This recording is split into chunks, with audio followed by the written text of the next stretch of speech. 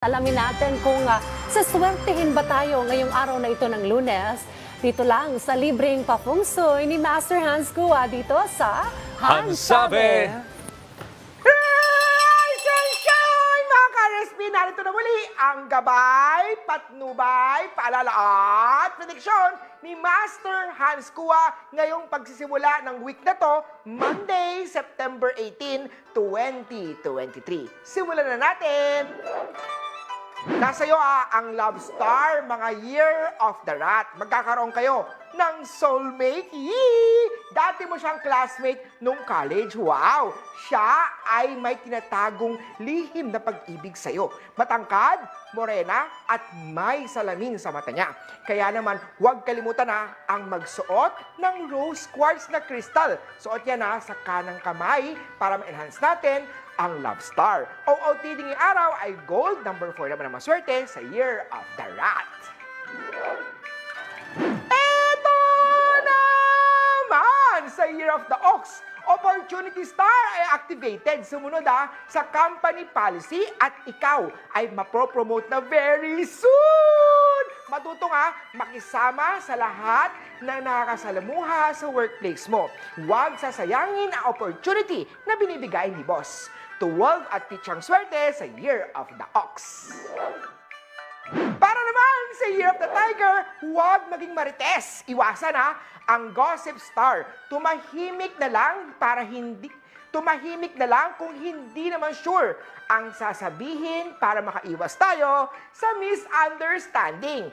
Pink ang lucky color for the day. Number 2 naman ang maswerteng numero sa mga pinanganak ng Year of the Tiger. Ikaw ang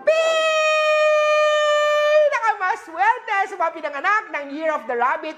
Mas mainam na mag-review pagkagising upang fresh pa ang utak at wala pang masyadong iniisip.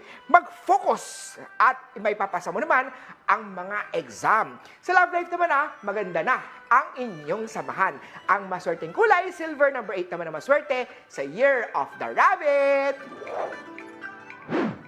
Para naman tayo sa mga pinanganak ng Year of the Dragon, Happy Family Star ay nasa chart. Bawat isa sa inyo ay magkakaroon ng magandang income. Yee! Magsuot ng something white dahil ito ang maswerteng kulay. Number 6 naman ang maswerteng number sa araw na to sa Year of the Dragon. Huwag kalimutan kumustahin ang mga taong tumutulong sa iyo sa mga pinanganak ng Year of the Snake. Magkaroon ng utang na loob at sila ang dahilan kung bakit ka sumikat. Sila rin ang maaaring magbigay ng swerte sa iyong buhay at tumutulong sa iyong mga negosyo. Number 1 ang maswerteng number, yellow naman ang maswerteng kulay sa mga pinanganak ng Year of the Snake. Mas marami pang swerte mamaya, kaya naman huwag kang bibitiw at tutok lang dito lang po sa Rise and Shine Pilipinas!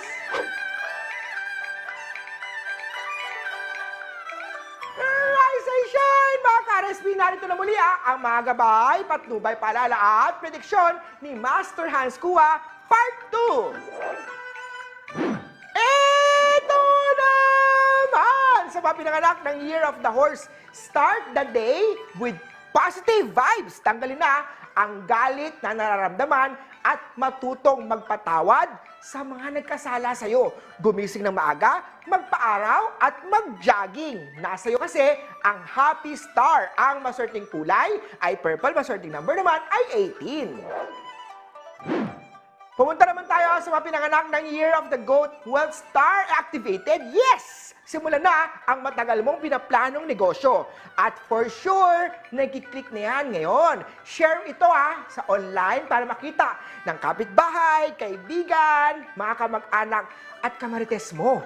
Huwag kalimutan maging mabait at tuwing nakikipag-usap ka, lagi lang mag-smile. Kaya naman ang maswerteng number ay 12, maswerteng kulay naman ay brown.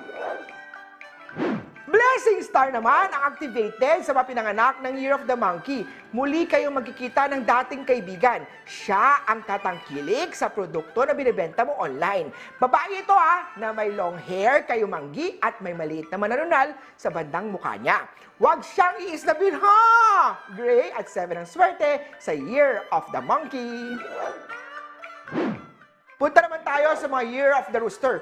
conflict day to day. Hindi ang araw na to para mag-open ng negosyo. Magpa-groundbreaking ritual bago simulan ang construction. Number 10 ang maswerteng number. Red naman ang swerteng kulay sa Year of the Rooster. Good health star activated sa mga pinanganak ng Year of the Dog. Tuloy-tuloy lang ang pag-exercise tulad ng Zumba. Tuwing umaga, ipagpatuloy rin ang pagkain ng masustansyang pagkain. Itigil, ihinto na ang masamang bisyo. Maswerteng kulay, green na maswerteng number naman ay 19. Last, para sa mga pinanganak naman ng Year of the Piggy, umiwas sa mga bad influence at negative mag-isip. Sarili mo lang ang magpapabago sa takbo ng buhay mo. Makipag-usap sa isang feng shui expert kung paano makaiwas sa mga negative energy sa buhay. Maroon at 14 ang swerte sa Year of the Piggy. Pinapaalalahanan natin na lahat ng mga to ay mga gabay, patnubay, paalala at prediction lamang ni Master Hans Kua. Kaya always be positive at i-claim ang mga swerte. Mga